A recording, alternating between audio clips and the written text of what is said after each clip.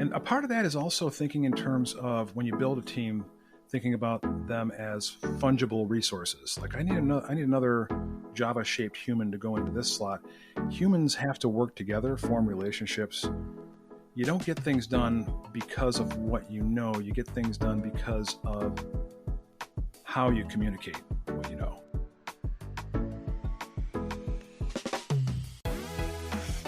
Welcome to the Forward Slash, where we lean into the future of IT. I'm your host, Aaron Chesney, with my beautiful co-host, James Carmen. Today, we have Erik Przekop with us. You may be asking yourself, who is Erik Przekop? Well, Erik started his career in the 90s as an independent software developer. He built custom software for dozens of clients throughout the 90s and 2000s and helped them adopt client-server, thin client, and service-oriented architectures. In the early 2000s, Erik worked at a few larger companies as an employee and a manager. He learned the ins and outs of making change happen from the inside.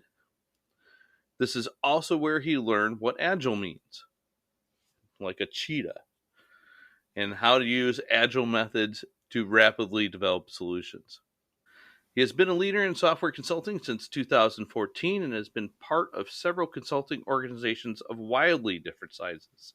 His interests include everything from large language models to personal and team productivity to transforming enterprises for business and technology agility.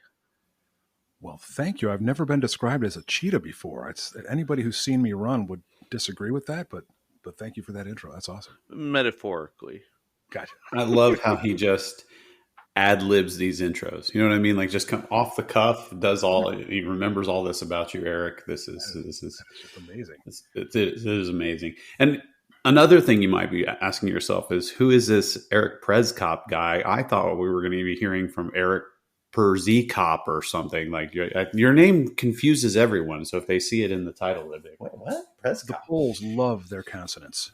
So yes, we string as many of them together as possible. We didn't misspell the title. That is actually how his name is spelled. The Z is first. So that is true. Z before E, except after X. Yeah.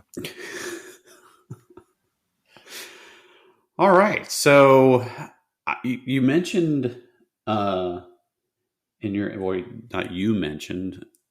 mentioned in your intro about you doing stuff with and I think you and I are very aligned here, but I want to hear your kind of take on personal productivity systems. That's a pretty interesting topic. Very dear to my heart. Actually, I'm giving a talk tomorrow on GTD, so love to hear your thoughts. I will definitely attend your talk. I think I've already accepted that one. But yeah, personal productivity. So I can be quite scatterbrained. So for me, it was kind of out of necessity. I had to really dive into that, and the more I got into it, the more I would geek out on various personal productivity systems. I started with GTD, and I've moved through probably a dozen different systems. Most of them are a derivative of GTD in one way or another. So what's GTD? I thought you'd never ask. It's David Allen's productivity system called Getting Things Done. And he just puts a process around getting things done. Essentially, you capture things, and you always want to have ubiquitous capture. You want to be able to pull things in whenever they occur to you, whenever you encounter them. You need to curate that information. I don't think that's exactly what his words are, and make sense of it, put hard edges on it so that you can actually take actions on it. You need to prioritize and then actually perform the various actions. And he puts a whole process around it. There's a weekly review involved in it, etc. It's a pretty well thought through system. James, you love it, obviously, because that's something that you're...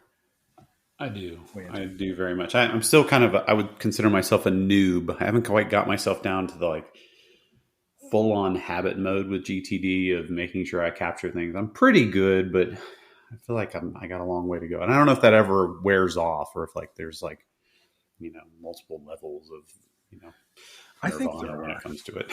So what's putting hard edges on a task? Basically making things actionable. So you might get some kind of very vague task like, I need to put together a presentation for the next all hands meeting, let's say. And that's not, it's actionable, but what are you going to put into it? What's the content? How are you going to gather the content? Thinking through those things and putting subtasks into it, thinking through, what are the things I have to do? What are the dependencies? And laying all those things out for yourself. So essentially the planning work, and clarifying what it is you actually need to get done and how you want to go about it. Some people need more planning than others. I tend to plan quite a bit and then probably change my plans at the last minute, but I still find it valuable to do the planning exercise. Yeah, I think the big thing for me that helps me is, and I'm very much like this, when I think of like something big, like you're saying, I got to put a presentation together for an all hands. It can feel overwhelming, right? That this is kind of a big thing, especially presentations take me forever. But like just coming up with what is the very next thing I can do to kind of get this ball moving, down the field. That to me has been the breakthrough for me to help me, get my productivity rolling and do better when it comes to that. Yeah, the alternative is just to wait until you've got a looming deadline and then start tackling all the details at once. Some people work well. I can't remember who it was, but there was some book or another that I read. The author booked himself a round trip flight to Tokyo in order to write the book that I was reading. He had all his notes on his computer. He booked the round trip because the only way he could do it was last minute, and he had to be completely focused on it. And for whatever reason, he worked best when on a plane. And for him, it was also right before his publisher deadline. So I don't agree with that strategy. Yeah, I think that's a little much. That wasn't the book called The Subtle Art of Not Giving a F, is it? It might have been. It might have been. I have read that, and I read another one by him more recently. I couldn't tell you what the title is because I just read too many books to keep track of them all. Yeah. That just reminded me of him, like Mark. I think it's Mark Manson is the guy's name. That sounds very him to schedule a flight and write the book on the flight. Yeah. I guess instead of work in progress, he just says things are just up in the air. Yeah, there you go. I didn't know we were at our dad jokes section already. That was a freebie. You just threw that one in for free. Okay. Somebody say dad jokes? Because this morning I accidentally handed my wife a glue stick instead of chapstick. She still isn't speaking to me. Nice. I was reading a news article today that YouTube, Twitter, and Facebook are all going to merge into this new like super social media platform called YouTwitface. That's such a dad joke. That's awesome. How do cows stay up to date? They read the newspaper. The newspaper. Yeah. Yeah. Okay, back to the interview. So productivity stuff.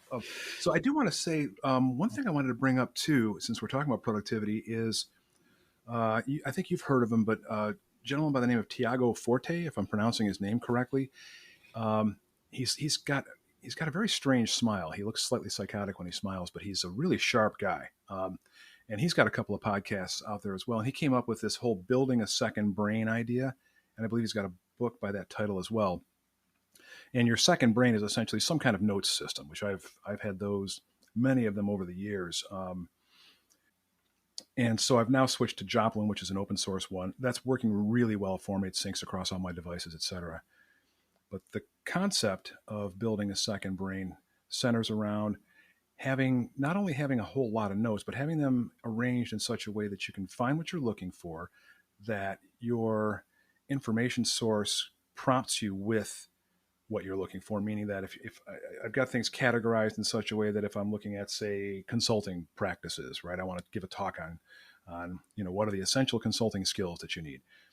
I can look in there and I can see things about emotional intelligence. I can see things about communication skills and building relationships. And I've got those nicely separated under a header, or at least it's searchable. And that's the end result of spending a lot of time on doing curation on this knowledge store, this second brain, so that you don't have to keep too much in your head. Because I can't remember a damn thing, so I have to have some kind of information source. So how do you balance the time spent creating the second brain with actually doing the things that you're planning to do. Because I know, like, if you geek out on doing all the planning and organizing all your thoughts, then you turn around and the next thing you know, it's Friday and deadline's here, right? Yeah. So where is that trade off at? Yeah, it takes a long time to build it up, right? Because I might only capture one or two things in a day that are going into that. It's not something that I'm constantly adding to. I have other information stores, like I keep a big mind map, an electronic version of a mind map handy for capturing things, and I only will pull things out of that periodically and stick that into my Joplin notes. So number one, it doesn't take a lot of time because I'm only adding to it slowly. Whenever I go and get something out of it, if there's an opportunity to curate a little bit, like put a better, like, oh, the thing that I just found doesn't have a good description at the top of this note about what's in here, I'll add one, especially since I just read it. I kind of got that in top of mind. And that also helps me because if I had a hard time finding something, I will put a few keywords in at the top to make it easier to search from whatever mindset I'm in at the time as I'm looking for it. So those are the kinds of things. It's an iterative process, I guess, is the short answer. So it kind of sounds like what you would do with like bookmarks for your web browser, sorting them into folders and things like that, but just more advanced, like advanced bookmarking in organization. Like if you had like your topics for, you know, like, I don't know, games and travel and food and things like that, that you would bookmark in your separate folders so that you go back and find them later on, or music or whatever. Yeah, it's funny you say that because I do have a rather extensive nested set of bookmarks in my browser. So yeah, I do that as well. But you could take those links and put them into your second brain thing, like if it's like as like a reference point as well, right? Yep, I often do, especially for like sometimes I'll take an entire folder if I just happen to pull something together. I'll stick it in my bookmarks bar in Firefox here, and if I'm pulling together a few things in there, I'll might take that entire folder worth of bookmarks and copy pasta that into a note with some description about what sorts of things are in here because I found that useful, especially if I'm working with a team on something and I want to be able to share a set of resources, a set of links. So having it in a note, I can spit out, quick and dirty a PDF or just copy it because Joplin uses Markdown for its format. So, embedded links are pretty easy to copy around from that. And I end up with a really nice set of curated links that I can share with people. And it sounds like I've got a great memory and I really know what I'm talking about. Sometimes the second part is true, but the first part is definitely not. I rely on notes for that. Yeah, that's probably the area that I struggle the most with when it comes to GTD is the reference side of things. I don't hardly ever keep things, and I mean I'll put like notes on the tasks that have like links to things that I need to reference here and there, but when it comes to like keeping links to things off to the side that I'm going to come back to as a reference later, I guess my brain is like, I can find those things pretty easily. Or heck, with Chat GPT nowadays, I can just say, what was that book that I read that talked about neurochemistry, blah, blah, blah, those sort of things. I don't know. Yeah, that is a But good that's point. where I struggle. I wonder if that's something a large language model might give us someday soon. I actually tried to do that. There was a Joplin plugin, but it was kind of flaky. It was essentially mating up an LLM to your individual Joplin notes and give you that semantic search capability where the language model would interpret what you were looking for, and it would also index all of your notes in its own special way. But it was kind of flaky and would sometimes cause Joplin to crash, so I removed it. It might have gotten better. I'm not sure. I haven't looked at it in about 6 months. Yeah, I mean, I I'm kind of, my system for for tracking that kind of stuff is like, I'm a post-it guy. Like I'm that guy that's got like 1,000 post-its across this desk, right? For little notes, and it's like, okay, what note was that? And a lot of times the problem is the search through the pile, right? So having that kind of stuff indexed and searchable, and having it organized into locations. The only thing for me is that I've got this weird thing with thinking with, paper and pencil, or pen and paper. I'm really old school. I prefer pencil, but because I've tried doing like the OneNote thing and the Evernote. I'm just like, I just can't. It doesn't. It's not tangible enough for me. So maybe I'll have to give this another shot with that, because I do like the idea of having a central source that's available on multiple platforms. So it was like, oh, I wrote this down at home, and now I'm, in the car, or, and on a different location, and I got some information. Maybe I'm at a client, and I need to pull up something quick because they reference something. Being able to do that there's a lot of power to that. Yeah, it's extremely useful. And I know what you mean, though, about wanting that tangible paper. The act of writing, I think, really helps me remember something, or really helps me wrap my head around it and get, just gives me that little extra something to grab onto, some context there. I got around that to some extent I started using mind maps a few years ago. I use a tool called Xmind. And it's just I type things in the mind map. I always use a logic chart style mind map. I don't use the goes off in every particular direction, but I can drag and drop the little nodes in there. I can add color to them, which I do. I keep a copy of Icon Finder open, usually in a browser at all times, and I just constantly drop little icons on them. And it keeps me more interested in what I'm doing. It's fun, right? It's just fun to make these colorful things, and it's much more engaging to look at later. But then I can take those, grab a quick screenshot of it, and drop it into Joplin, which I do often, and I share that stuff too. But you can also just copy the root node in there and paste it in Joplin or pretty much any word processor, and it'll give you an outline format of it. So you've got the searchable text, and I'll usually just drop the text below the screenshot because I want to look at the screenshot, but I can find it because it's got the searchable text below it. But yeah, the copy pasta from a mind map that's how a lot of things get into my notes these days, is I capture them first in a mind map, and then I go back and look at that. A couple of times a week, I'll go back and see, what the hell did I talk about 2 days ago with this person? And as I'm digging through that, it's like, oh yeah, I want to keep that. One thing I started doing too is, if I do write something down and I want to utilize it elsewhere, is to quick snap a photo of it, right? Because it's so easy to take pictures of things now. Take a quick photo. You can attach that in your notes, and if you wanted it searchable, you can always transcribe it down at a certain point too, right? So Yeah, if you got the right notes software, it will do. It can oftentimes do OCR on any images you put in there too. Evernote did that. I don't know if Joplin does or not. I honestly never checked. I didn't use the feature all that often because I got in the habit of typing in summaries of things.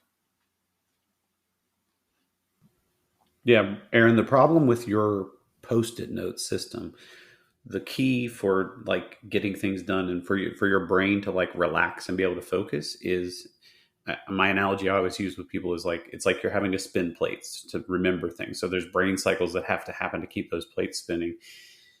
When you offload something onto a post-it note, if you can't rely on that system reliably, and this is going to get processed and this is going to get taken care of, it's almost like you didn't write it down at all, because your brain can't like, okay, I can rely on that. I can stop spending any cycles on that anymore. I don't have to think about it. I know the process is in place where that will be taken care of, and it's a clean separation. It's just done. Wipe your hands of it. So Yeah, that's why GTD cognitive load is a great way of looking at it, because I've only got like maybe at most 4 bits to work with up here. So, with that in mind, I have to have some place I can put all of it that I know I can search, because I can't remember all the things that come my way. I wish, like, this is one of those, like, I've tried, I've got kids. I've got 3 daughters, and as I'm learning these things, I started off in software engineering, right? So I learned everything I could about coding and all of those things, but not until later in life, like my mid 40s, did I start like thinking about like leadership and how to work well with others, right? You guys worked with me before I started doing that, so you guys know. You're like, yeah, no kidding, right? Um, Especially Aaron. But I wish I had something like GTD when I first started. Like, I wish I could like get my daughter. But of course, everything Dad says, he's an idiot. He doesn't know what he's talking about. But I'm like, you need to read this. You need to like to bake this into your life, right? If I had it back when I was a consultant early on, I think that like that's a crucial. I think of it like a consulting skill, right? Like that absolutely should and could be part of my daily work to make me more effective as a you know developer, consultant, whatever you want to say. Well, when I first started out, we were actually required to learn the Franklin planning system, which, I'm dating myself a little bit there, but that was each one of us was required to carry and maintain a Franklin planner, um, as part of that, and it was provided by the company. The refills were provided by the company, and you were expected to use it. And that kind of forced us early on to kind of think in this kind of prioritized task kind of format of what is it you need to do, what are your goals, how do you break those goals down, because one of my favorite phrases for planning is don't try the only way to eat an elephant is one bite at a time, right? So break it down into those bite-sized chunks that you can accomplish, and eventually you'll get to where you're going. So that I think that was a very helpful start to my career to have that tool kind of thrust upon me. You will submit to the Franklin Planner and You will beat us over the organize head with it. information. What's that? I said, you will organize information. Yes. Now, did you have to have like a kite with a key hanging from it or anything like that? Was that part of the Franklin system, or um, something that different? that was the digital version. Oh, I see. That was the electric version. Yeah. Not the electronic, the electric version. Yes. I really got a charge out of that one. That was good. Oh, very nice. Well done. Well done. Keeping up with the dad jokes. That's wonderful. Yeah, I found. Oh, go ahead. Oh, no. Did you have more you wanted to add on that? Just that, because you were saying, James was saying it's a consulting skill, and it just triggered the thought for me. I think it's a professional survival skill for all of us now. We've just got so much information coming at us, and our productivity is, for any kind of knowledge work, is just through the roof. So if you don't have some kind of system in place, you either need to have just a truly phenomenal memory and recall, and just keep things organized in your brain. And there are a few people I've known who are like that, but the vast majority of us aren't. So you got to have some kind of system if you just want to be able to keep up. And is this like something that could be trained? Or is it more of you got to dive in and kind of mold it for yourself? Yeah, I think both. I think I've never been successful with an out-of-the-box productivity system, and I've tried quite a few of them. But it has given me enough. I think once I realized that I should just customize GTD and keep the parts that work for me and throw away the ones that didn't, it got a lot more useful. And that was quite a while ago, though, because I think I read that book when it was still on the bestseller list, which was that 2000? Late 90s? Maybe? Yeah, 20-something years ago, yeah. Yep. Yeah, and that it's so funny you mentioned that. Like going by the book and throwing, customizing for what that's just reminds me of like Agile, right? Like, so that's exactly what everybody has to do with Agile. We're a Scrum shop.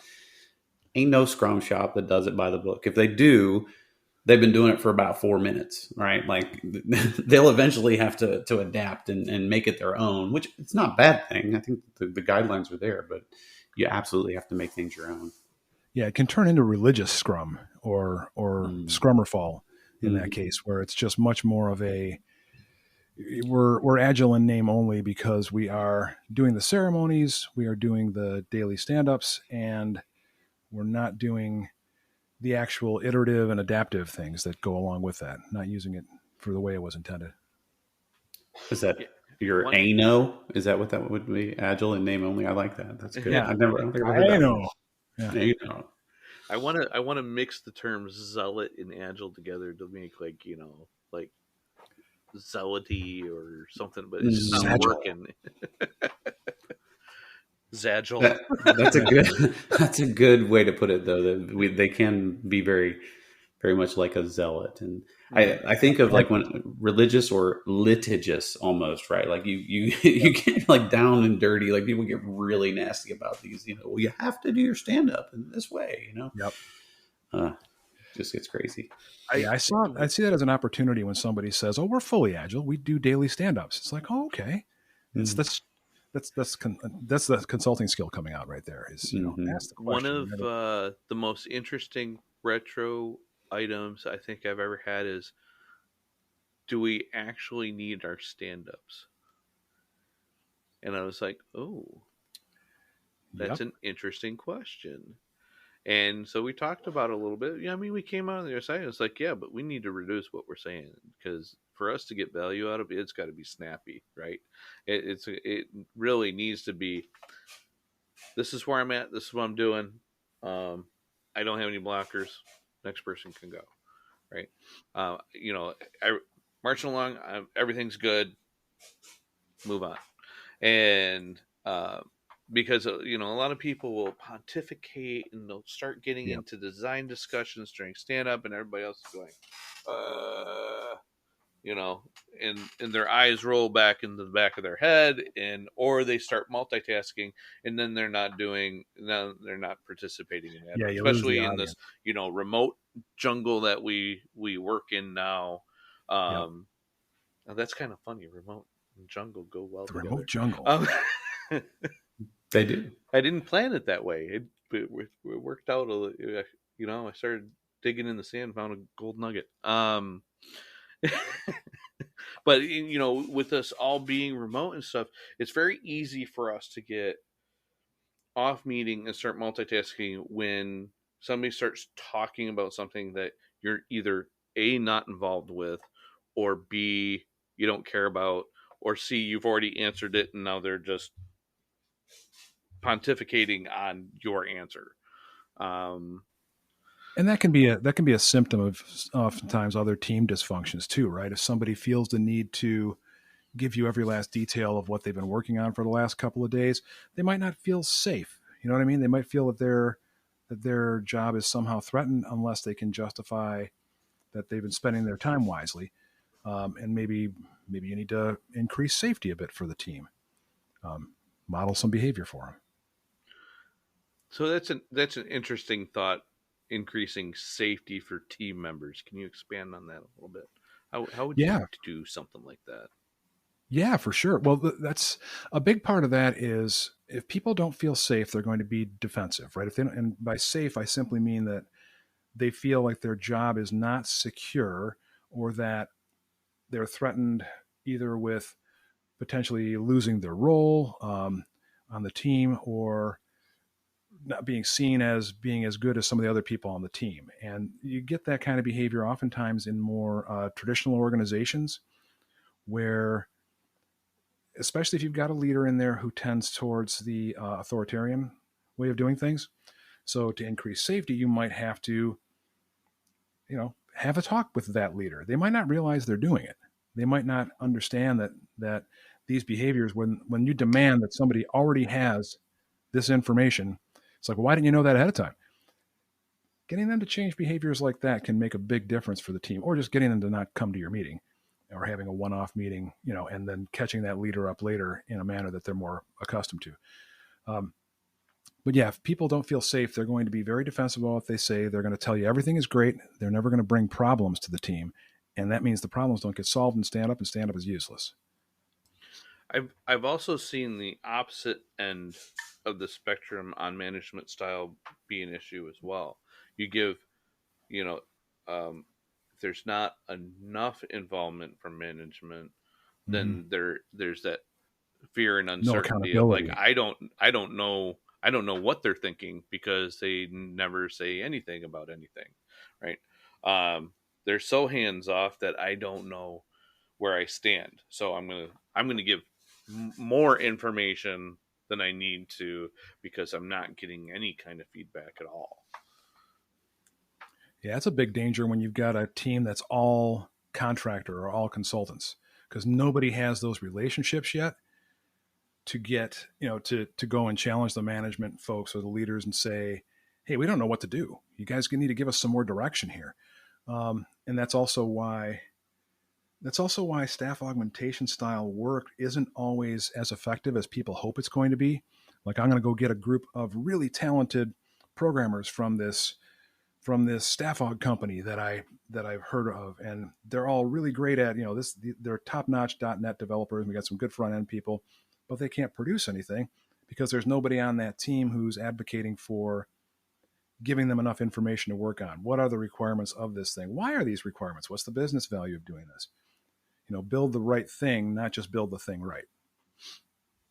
Yeah, it's a double-edged sword. When you have developers who are really fast at building things, they can build the wrong thing very fast, right? And spend a lot of your money.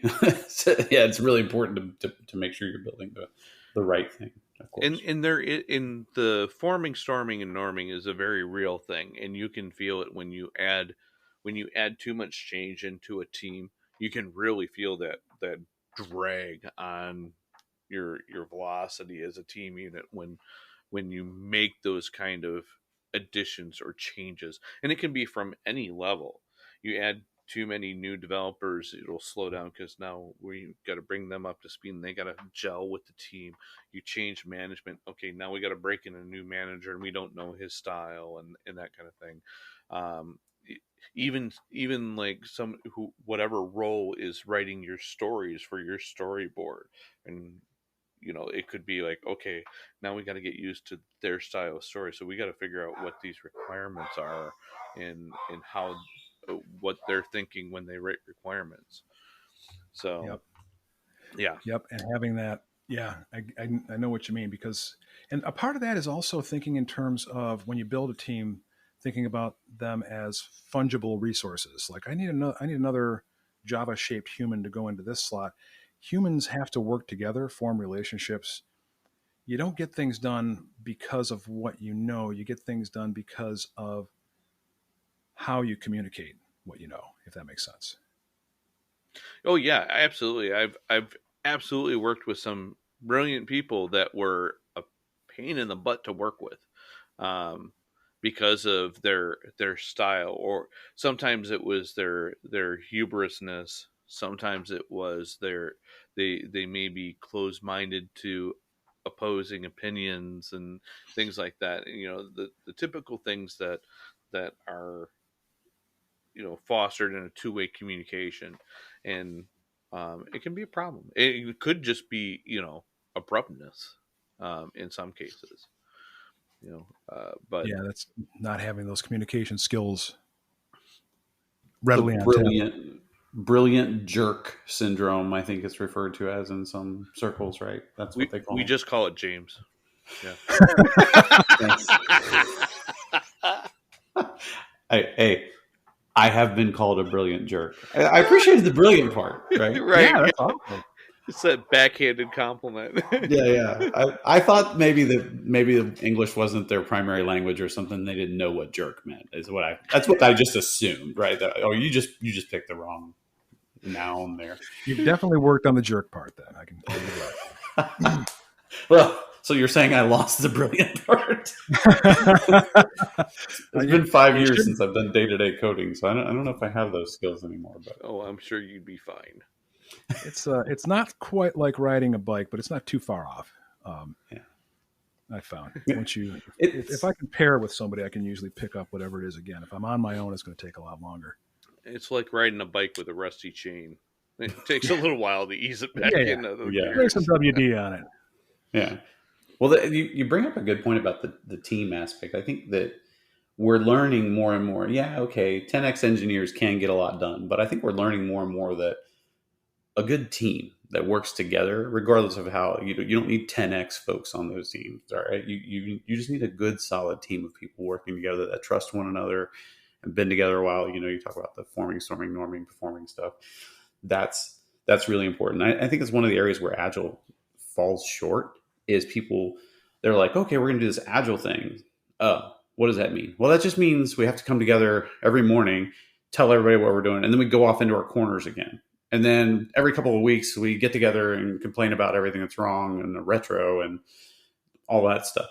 I think people don't focus enough on collaboration, getting people together to work together, because there's that tendency to like, okay, come together, and then whoop, then we're off and going off on our own way to do our own little tasks off in the side. And people even set it up like that when they're running the board, and we got a story, everybody gets their own little task, and that means everybody just scatters and goes and does their task, and then nobody works together. And I think that's where Agile fails for me most of the time, is that symptom is probably the biggest thing for me.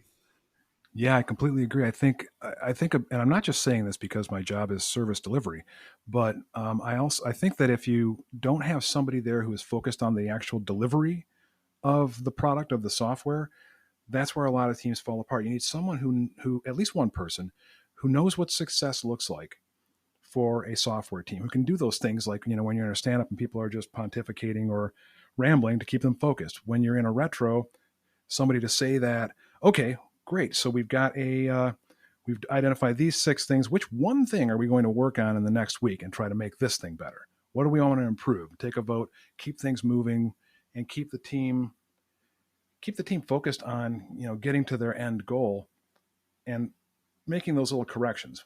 Knowing enough about how the process works to be able to see what's a dysfunctional thing that the team is doing and what might you do to make that better.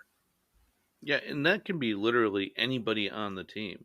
As a matter of fact, there's been teams where we would assign it as a role, for one, like for meetings that had time sensitive things as part of like our cadence. Like, okay, we don't want to talk more than like 5 minutes on each story when we're trying to refine the story, and so we'd have a timekeeper. We had a release wrangler, is I think the term that we used for it. It's like, okay, you're going to, one of your focuses is to make sure that we have everything we need for our next release. And then we had like a cadence cop, which would, be, if you're taking too long in stand up, they're going to be like, hey, all right, let's take it to a parking lot. Right. And, which is what we called like our things to discuss after stand up. It's not literally let's go outside and throw down in put the up parking your lot. dukes. Nice Adam Sandler reference there. I think that's what that was. I think I got the talking goat there. Talking goat. Put up your dukes, goat, old man. What do you think? I got no dukes. Yeah, I got no dukes. Yeah. That was nice, Aaron. I like that. Thank you. Yeah. That's why I love my co-host. Right. Sounds like another movie I need to see, because I think I might have missed that one. I'm culturally it's an audio track. It was one of his album releases. It was the "What the Hell Happened to Me" album by Adam Sandler, and Yes, there was a thing on there about a talking goat. So it's very funny. It's a good bit. I like the talking goat bit. Yeah. That whole album was great. Yeah. All right, I don't even know what we were talking about. Agile and the failures of Agile, and nobody working together as a team, and we'll call this a free-ranging conversation. Yeah. We just so why don't we take a break and do ship it or skip it? Ooh. All right. I don't know if that'll stay as the clip, but I like it. We had. Didn't we get a jingle last time? Our last guest came up with a jingle for us. I think we should use that. That was fantastic. Ship or skip, everybody, we got to tell us if you ship or skip. Maybe we should just have each one of our guests give us a jingle for ship it or skip it. As you're... Yeah. Ship it or That's your skip it homework with Aaron assignment. Chesney. Well done. Well done. What do you got for the ships and skips? All right, so the first one on the ship it or skip it list is the Franklin planning system. It does still exist out there. It's of course been digitized. It's no longer like paper folders and notebook refills, but you're not going to find a Franklin Covey store anymore. Yeah, I say skip it. It's too structured, not flexible enough. I have seen kind of the digital version of it, but because now we have good full text search, you don't really need to put quite that much structure into it. And Franklin's a bit too limiting, I think. Yeah, I would concur with that.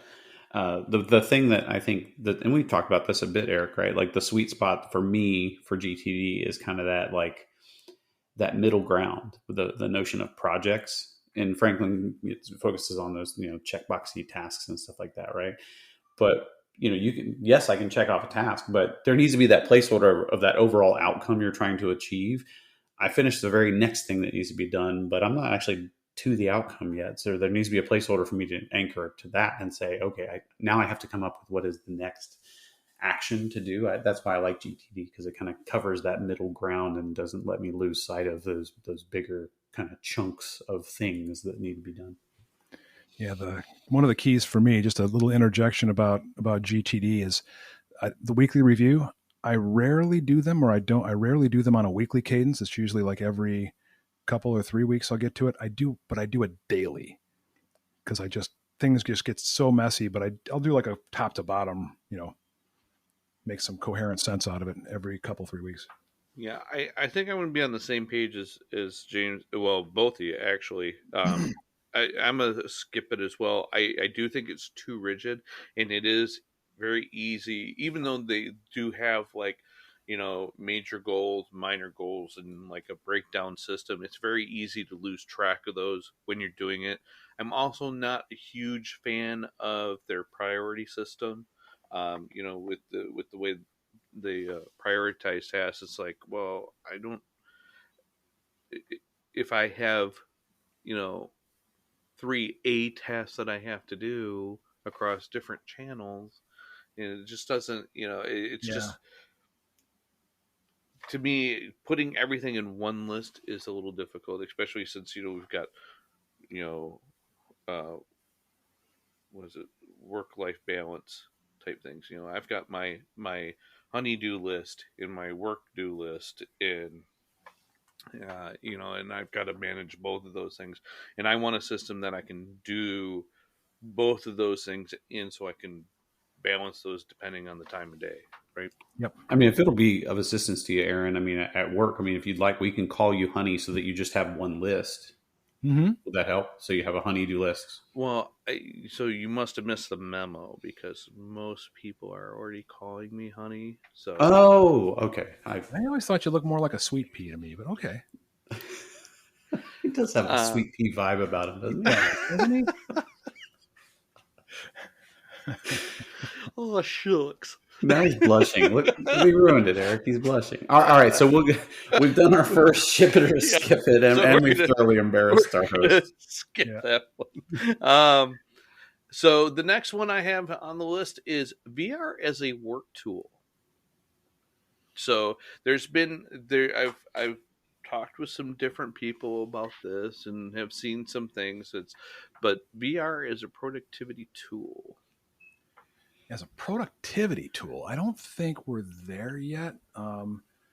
With it, I think as a work tool for like doing overlays when you need to remotely have somebody do repairs and things like that on machinery, that's the kind of VR I think is useful as a working tool. I've seen that work in very specific circumstances, but VR for productivity, the problem I think most of us have is just with focus more than it is with getting enough information in your face at once. So I would say skip it at this point. I go more towards skip it than ship it. What do you think, Aaron? I'll let you go next. So I'm a little on the fence. I'm leaning toward ship it because having if you go total VR and not AR, right, which is the I was augmented thinking AR. reality, right? If you go total VR, you have that kind of sensory deprivation effect of being focused on what's in front of you. Um, so I do think that is it's good. I do feel like it's a bit jarring though, especially for like doing it a long portion of the day. I feel like the weight. I think there's like physical Mhm. implications of it's hard enough sometimes for us to keep our heads off the desk, um, at the end of the day, and adding that extra weight to it may just give us more issues than we Yeah, get my from sitting spine at a would be in desk. worse shape. Yeah. So I'm kind of on the fence, but I do lean towards ship because I think there's some value to that deprivation of external stimuli, especially for a remote worker. Yeah, I'm I'm probably on the skip it for now, like as far as like would I use it day to day to get my work done. However, I do think I love the idea of research and development in this area. I think it's really Yeah. ripe for research and development. I think there could be some really cool applications.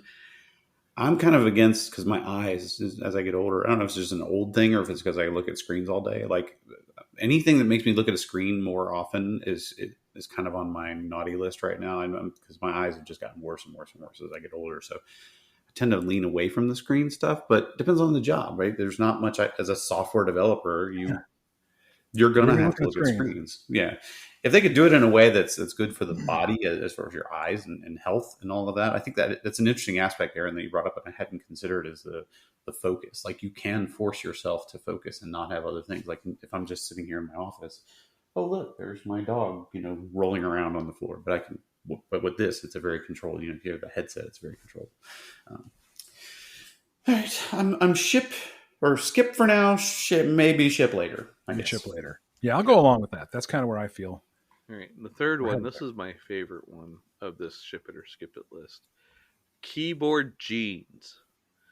So if these are um, these are jeans that have integrated keyboards. I provided a link in the document for you guys to look at up in additional notes and resources. Okay. So I'll give you guys a second to take a look at that to form your opinions of the keyboard jeans It says keyboard pants here. or keyboard pants, keyboard jeans. Okay, hold on. I've seen it. I've seen it listed as both. Beauty and the Geek. Oh, lovely. Okay. Oh, wow. Huh. I'm not a big fan of where the enter button. I think that could be problematic. Yeah, you But might not want to hit enter at all if it's too sensitive. I don't. Yeah. right. There's Or a lot. this. It's kind of a visual joke. I apologize, but the keyboard is centered on your lap, right over your nether regions, so to speak. So yeah, it's not. I don't like it. I think it's an interesting idea of something that's adequately geeky to be like. I think I'd wear it as like a costume, maybe, and I do it as a joke at work just to be that guy because I'll almost do anything for a laugh. But yeah, I don't like from a. Would I use this day to day as part of my job? No, not unless I could figure out like something for the mouse. Like the mouse is still kind of like you're mousing on your leg, and that's Well, you definitely wouldn't want this. I mean, HR would object if we wanted to use this for pairing. I think. yeah. Pair programming this would not. I mean, either way you do it, if somebody's typing on your keyboard while you're wearing it, or if you have to de-pants Yeah. and Oh, yeah. give Good that point. to someone, that either way, I think that's an HR nightmare. So You definitely don't want to be passing the keyboard over to somebody else. That's for right. sure. Yeah. Yeah. Very true. Maybe if it was an apron, that might be a little more, as far as passing back and forth. But having to completely take my pants off, that's a lot for paired programming, I think. Yeah, they made me stop doing that at the office. But maybe Oh, now. I remember. Yeah. No, we had to put a rule in the handbook. Thanks a lot. Yeah. Yeah, we went from no dress code to you must wear clothes as a dress code. It's like, I just all needed to right. help clarify the employee handbook. That's all. Well, there wouldn't be a sign if there wasn't a problem, right? Right. Exactly. We call it the Przekop protocol here. I'm going skip. Yeah, I'll skip on that one too. I would say skip for now, but if you combine this with the custom keyboard aspect of things, and you had a split keyboard that was like partial on both legs, I think that could be pretty cool, actually. Because I would love nothing better than to use an actual keyboard for my phone instead of those tiny little screen buttons that my fat fingers can't seem to find the right letter on. Gives you mobility. Yeah. And maybe well, something like a little such bit a lighter dweeb. weight too. So I think it's an interesting concept that needs refinement. So I will be skip it for now, with possible ship it down the road. Interesting. And that concludes our ship it or skip it list for today. This was ship it or skip it. It. I would be more for those idea of where you can basically have a keyboard anywhere. Have you seen those where they kind of like they projected? Yeah, it's projected and it can sense where your fingers are. So if you could do that, you can make anything a keyboard, which I think that's kind of interesting. Ooh. Mm-hmm. That might have to go on the next ship it or skip it. That's right. There we go. Well, here's an interesting thing that we didn't quite reach into too much. We talked a little bit about staff augmentation and how that impacts teams.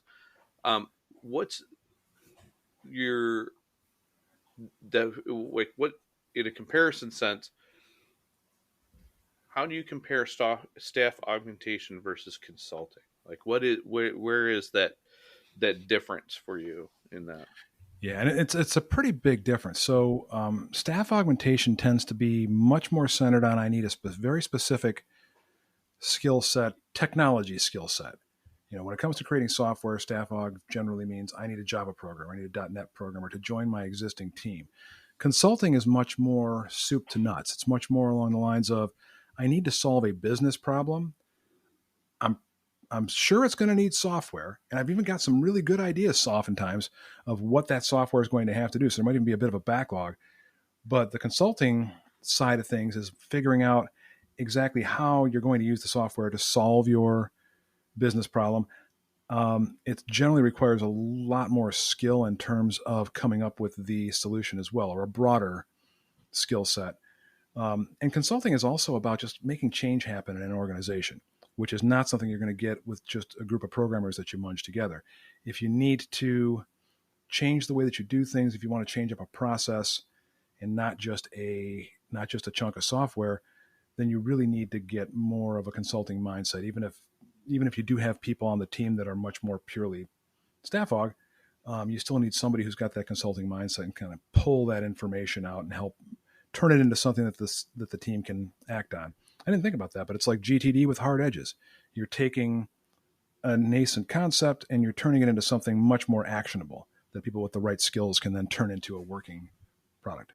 Yeah, I think that aspect of, improving and continuous improvement, and that we always kind of drive the scouts rule into people's head. We always want to leave a client better than we found them, right? And that's kind of a two-way street. You have to be receptive to that as a client, right? For Calibrity, but and then we also have to teach our people to want to give a darn, about their client and their situation and look for opportunities for those improvements.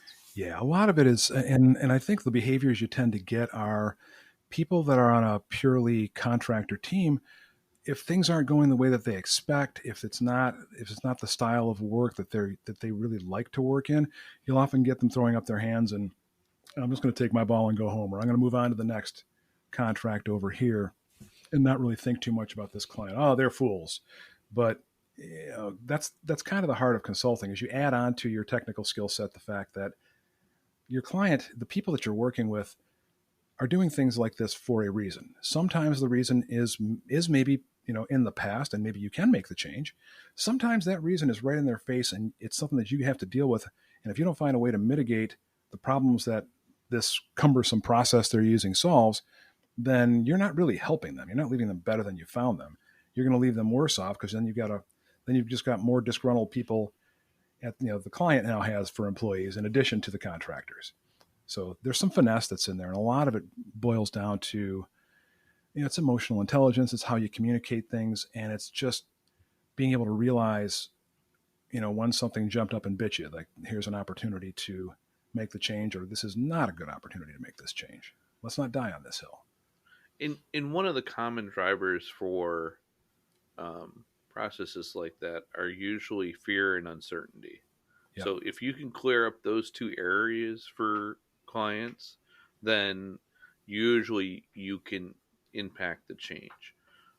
So, like in insane release procedures is fear, because something bad slipped through too many times, and they want to make sure it's good before it goes out, and they've checked out all their boxes, crossed all their T's, dotted all their I's. So you have to basically rebuild that trust that, you can do a release without breaking things, and this is why. And you show those kinds of things, and maybe you can make that change. The over planning up front can be the uncertainty aspect of, well, we're not really sure, so we're going to make sure that we have everything planned before we move forward, so that we can do that. And that can lead into like giant planning sessions where you throw out half the work in the second week, because analysis paralysis. Yep. Yeah, there can also be that kind of like almost like series of unfortunate events that happen, right? So we had a problem long ago, and nobody kind of took the time at that point to, how can we solve this problem? Really, they figure a workaround, and then workaround causes a workaround, which causes a workaround, and then like you get the business process is built on all of these workarounds. Where if they had addressed the initial issue early on, and it's really, I've said it a lot of times. It's surprising what users can talk themselves into being okay. Right? They'll do these convoluted, like, okay, the software doesn't allow you to do multi-select yet. So they'll spend an hour, I need to select 1,000 records or whatever. They'll go and hand click all of them, and they'll think, oh, this is just what I have to do. And they'll operationalize that for years. And then you sit with a developer and you're watching what they're doing, and they're like, what if we put a checkbox up at the top of all those, and when you click it, it clicks all of them for you automatically? Well, that would be great. Can you do that? Yeah. I call that a group's pain tolerance. How much pain are they willing to do to complete tasks, or have they grown accustomed to over time? That they don't realize they're causing pain to themselves, when it could be much simpler or in pain free to do the same things. And a lot of that is that frog soup analogy. The temperature of the water slowly climbs, and you don't realize you're getting cooked until it's too late. And a lot of those things, they creep. It's like, well, we'll just do this one more thing. We'll just do this one more thing, just one more thing, and next you've got this big, long, cumbersome process that is causing you all kinds of pain, and you don't realize it because you've built up that tolerance over time. And it's like, well, that's just what it is. Well, why? Yeah, nobody has time to deal with the problem now, because they're so consumed with following this big, cumbersome process. Let's hire 3 more people just to work this process, so then we can go make the changes. Yeah, exactly. One of my favorite answers for why do you do things this way is, I call it like the Bill phenomenon, like Bill, a person's name, Bill, right? Like there's like, okay, so why do we do this? Well, years ago, that guy Bill did something. I don't know if the guy's name is Bill, but that's the name I always use. That guy Bill did something, and something bad, like Aaron's saying, something slipped through or something. They did something silly. And so now we got to do this multi-step, turn your keys at the same time kind of, release process or whatever however they go about it, the convoluted stuff. And you're like, well, where's Bill now? Oh yeah, he retired years ago. He doesn't work here anymore. Like the problem's gone, and it could be a person, but it could also be a rule, a regulation, of the state of the art, so to speak, right? Like a lot of different things. Those just don't, they no longer apply, but we're like boat anchoring ourselves because of this forever and ever and ever. And yeah. Or it could have been an old product manager that required like a certain step, or report at a certain step that just, oh yeah, we got to create the Karen report. So, I don't know where I pulled that name from. The names of the innocent have been changed, or whatever, or the names have been changed to protect the innocent. Yeah, or the guilty, as the case may be. Yeah, or they have not been changed to call out the guilty. I'm just kidding. Right. We left the names to the originals to point. Yes, yes, to publicly shame the guilty. All names are actual and factual, so that you can find these people. We'll provide you LinkedIn links. I'm kidding. Yeah, we are definitely kidding. We survive on the goodwill of the people who we have worked with in the past. Yeah, I mean, but like if you looked at my LinkedIn connections, like, I'm just saying. There's only so many. Poor Karen. Lightning round. Yes, tell me more. What's the lightning round? We have a jingle for that now, don't we? Or do we not? Did we not get a lightning round jingle yet? All right, Eric, you need to give us a lightning round jingle. Welcome to the lightning round. There you go. Perfect. I like it. Quick, to the point, no faking. Like lightning. Yep. So the way the lightning round works is we're going to ask you a series of questions. These are meant to be short answer questions that have nothing to do about anything. So we'll go back and forth. We'll each ask you 5 questions apiece for a total of 10 questions. There are no points, and if there were, they wouldn't matter and would not be redeemable at any Walmart. So, just for the record, this segment is not sponsored by Walmart or anybody else. I thought it was sponsored by Campbell's Frog Soup. Good. Getting hot in here. Getting hot in here. Sorry. All right. So who's going to kick us off this? Why don't you start today? Are your grandparents mildly rude, or were they? I guess it could be. Were my grandparents? Yes, I have no surviving grandparents at this point in my life. Were they slightly rude? Well, mildly rude. Yeah, at least one of them was. Okay. Yeah, I think it's a generational thing too. Yeah.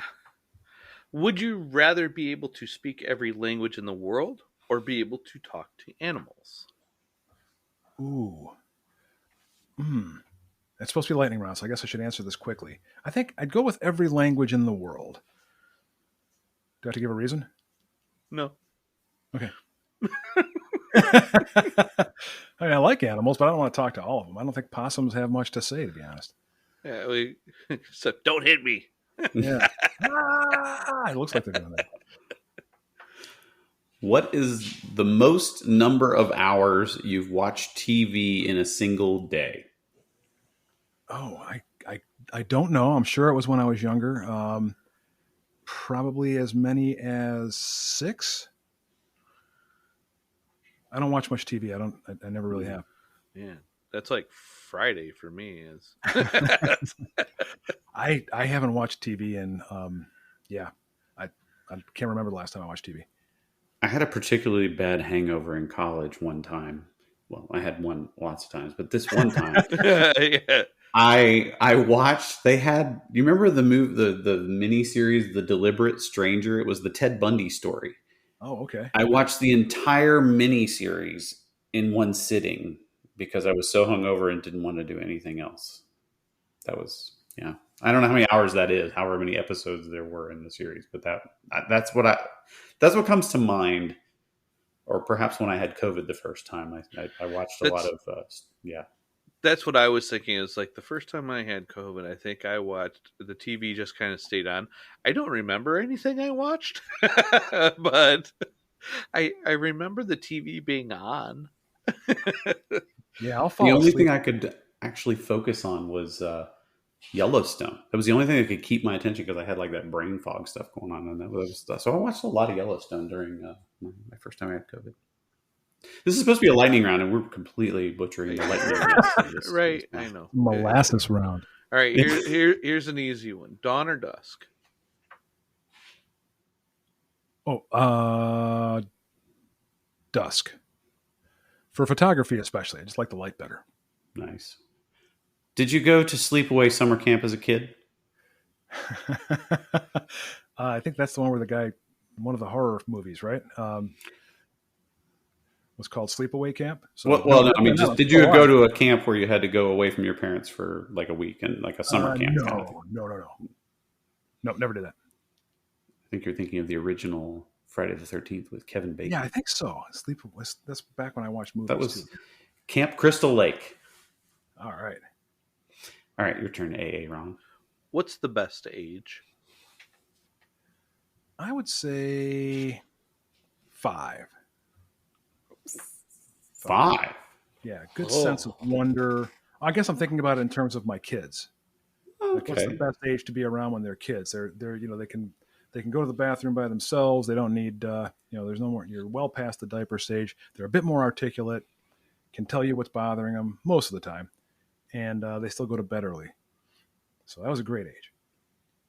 I love the justification, and that rattled off your brain that easily. It's like you knew that question was coming, but you didn't. I love I've it. raised 3 only children, so yeah, I appreciate those sorts of things. Twins at 5? No, thank you. Yeah. I was not a fan of 5. 7, I think, was better. That's you, James. Oh yeah. Let's see. Would you rather cuddle with a baby panda or a baby penguin? I would say probably a penguin. I know they smell worse, but pandas have claws. Well, they're babies. That's right. You said baby, not adult. So Baby. yeah. I don't know. They're both pretty cute. I guess I'd pick I'll stick with my original guess and I'll say penguin because they're cute and fuzzy. Okay. What's for dinner tonight? I don't know. I haven't actually picked anything out yet, but it'll probably be. I was thinking I might. Oh yeah, I do. I was going to get some salmon tonight, so I was thinking like salmon, and I've got some asparagus, and maybe a rice dish of some sort. Man, this just reminded me. We've got at Calibrity, one of our things we do every year around Halloween time. We argue about whether candy corn is good or not. That's like a big part of our culture. So, stale Sour Patch Kids or fresh circus peanuts? I would say fresh circus peanuts, unless that's a euphemism for some kind of animal dung. You know, I'm talking about the candy. You know, I'm talking, not like real peanut. You know, the candy, the orange it's like got the consistency of like a yoga mat.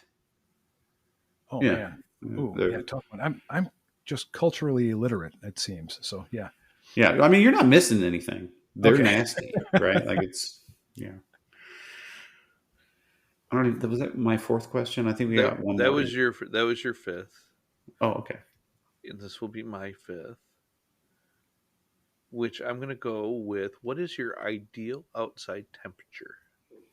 ooh, 62. I like it to be nice and crisp.